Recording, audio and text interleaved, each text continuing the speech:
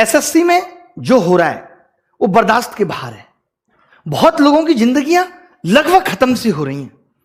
कहां से तू आती है डार्लिंग, कहां को तू जाती है।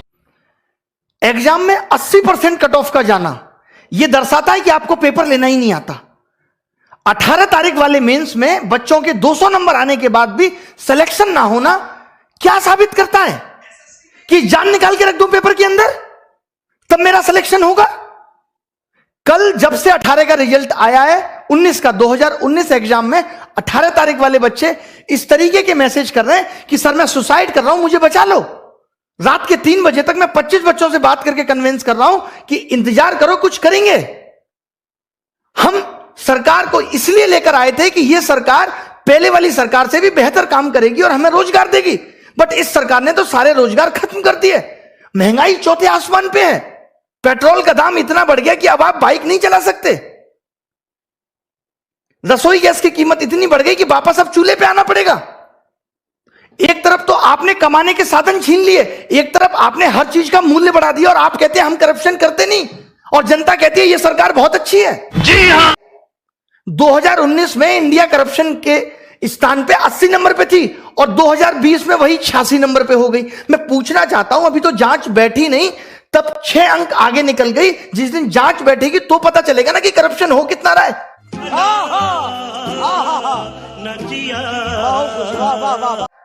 क्या बिना करप्शन के वैकेंसी खत्म हो गई? एक सीट कम, जो सीट है उस पे भी करप्शन। एग्जाम टाइम से लेंगे नहीं, पेपर सही बनाएंगे नहीं, पेपर में क्वेश्चन गलत डाल के भी 100-100 रुपए वसूलेंगे, उसको भी पैसा वसूलने का धंधा बनाएंगे। एक साल में 2 रिजल्ट एक साथ देंगे, बच्चे को कंफ्यूज करेंगे कि तुम 18 भी भरो, तुम 19 भी भरो, उसे उलझाए रखेंगे।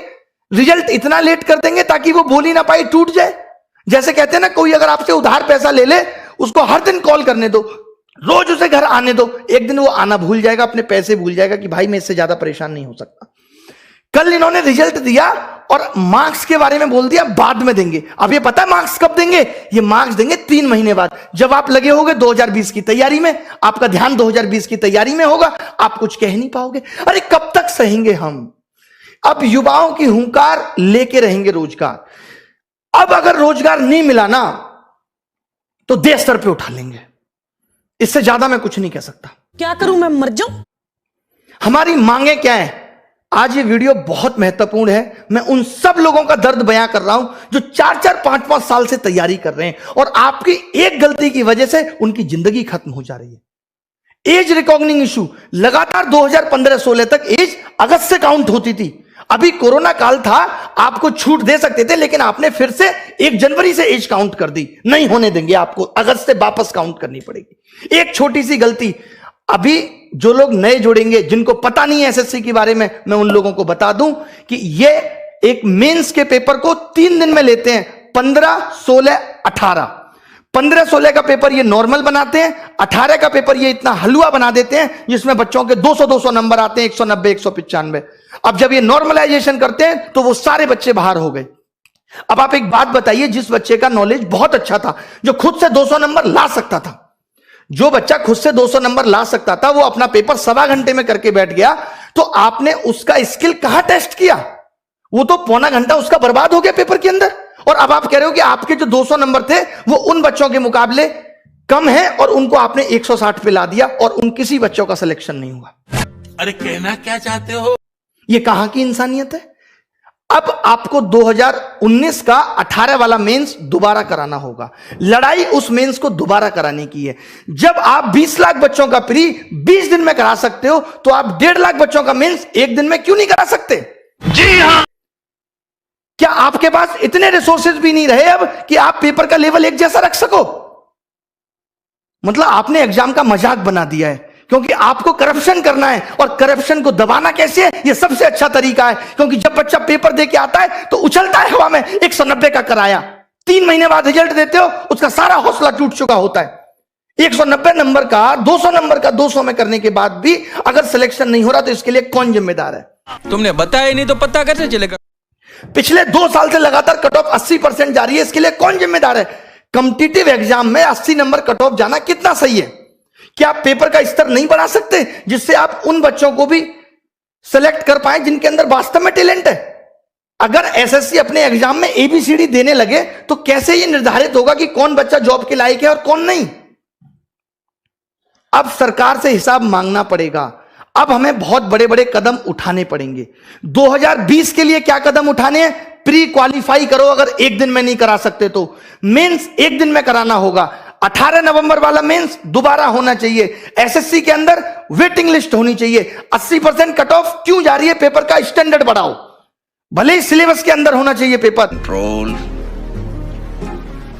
पर जब इलेक्शन का रिजल्ट 7 दिन में आ सकता है और एसएससी का रिजल्ट अब तक नहीं आया 2018 का, हम 2021 में 2018 का रिजल्ट आपने फाइनल नहीं किया और बच्चों को 2019 का चस्का दे रहे। लो चूटो, लॉलीपॉप है, चूसो भैया।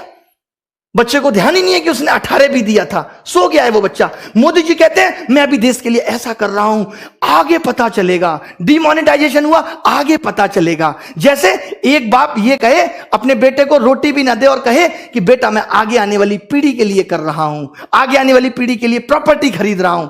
आगे आने वाली पीढ़ी तो जब आएगी जब ये बेटा जिंदा रहेगा।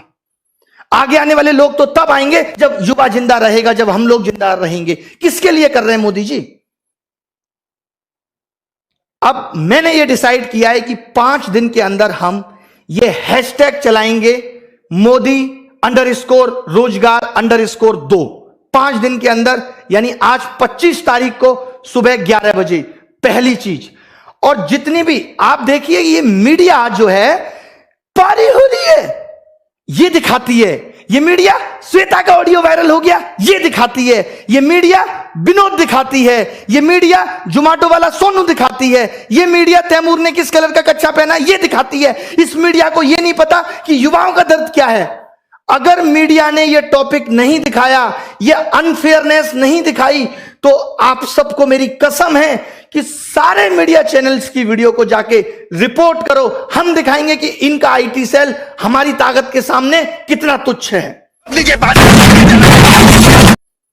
और हम क्या कर सकते हैं। मेरी सब युवाओं से गुजारिश है कि आप सब इनकी वीडियो को जाके डिसलाइक करिए, इनको मजबूर कर दीजिए लाइक डिसलाइक बटन को बंद करने के लिए।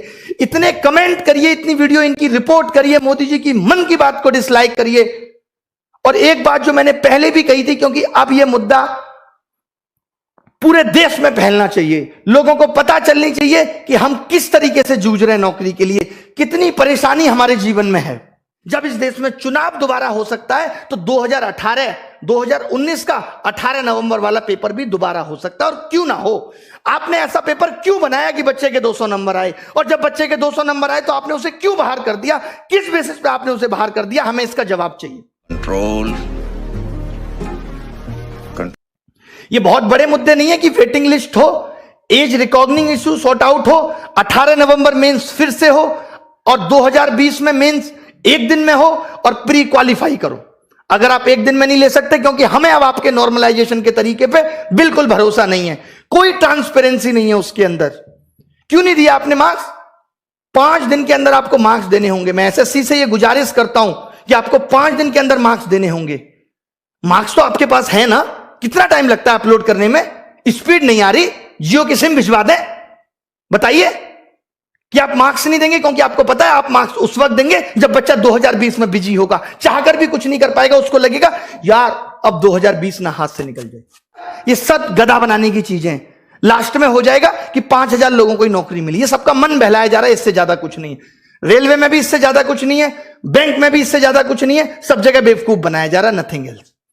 तो मेरी उन गुरुजनों से भी रिक्वेस्ट है जो रेलवे का पढ़ाते हैं, उनसे भी रिक्वेस्ट है जो बैंक का पढ़ाते हैं, कि कम से कम आप भी इस पे वीडियो बनाएं कि मोदी _रोजगार_2। मोदी को हमने जी भी नहीं लगाया, बहुत हुआ सम्मान, बहुत हुआ सम्मान। अब मेरी गुजारिश है, इस वीडियो की सारी बातों को सुन के, सारे मुद्दों को सुन के इसे सपोर्ट करें। ये सिर्फ आपकी भलाई के लिए। सारे टीचर एसएससी के, रेलवे के, जितने भी बड़े बड़े चैनल हैं, चाहे वो WiFi study, Exampur, Gagan Pratap maths, Rakesh Yadav reader publication, जितने भी लोग हैं, और मैं किस किस का नाम लूं, जो लोग वाइन्स बनाते हैं, बड़े बड़े चैनल, आशीष चंचलानी, सब लोग एक एक ट्वीट हमारे लिए भी करें। रिक्वेस्ट है, सारी सेलिब्रिटियों से भी रिक्वेस्ट है कि इस बेरोजगारी मुद्दे पे एक बार तो कहो सरकार को। कुछ भी नहीं चाह रहे हम, बस इतना चाह रहे हैं कि थोड़ा सा तो एग्जाम फेयर कर दो। बहुत बड़ी बड़ी डिमांड हमारी नहीं है कि कोई रूल आपने बना दिया उसे वापस ले लो। हम आपके बनाए हुए रूलों में कोई दखलंदाजी नहीं चाहते। हम कहते हैं कि कुछ कमियां हैं वो हमारी भी सुधार दो। क्या गुनाह किया है इस देश के युवा ने? मोदी जी तो कहते थे कि इस देश का युवा ही ताकत है। कैसे भूल गए वो उस ताकत को? क्यों नहीं याद रही वो ताकत उन्हें? उन्होंने भी तो स्ट्रगल किया है, वो खुद बताते हैं। क्या उन्हें जरा भी तरस नहीं आता हमारा कि बच्चा कैसे बिखर रहा है, इतना टूट चुका है? जरा भी परवाह नहीं है? क्या ये बात उन तक नहीं पहुंचती होगी? क्या उनको नहीं पता कि देश में आंदोलन, बच्चे ऑनलाइन प्रोटेस्ट करते हैं रोजगार को लेके? क्या वो दो शब्द नहीं बोल सकते? बताइए आप मुझे। इतना तो एक देश का राजा कर सकता अपनी प्रजा के लिए। कहां हमने गलत बात बोल दी? अगर हम ये कह रहे हैं कि जो कमियां हैं उनको सुधार दो, आपकी एक छोटी सी गलती से कितने बच्चों का भविष्य बर्बाद हो रहा है? बंद कर दो।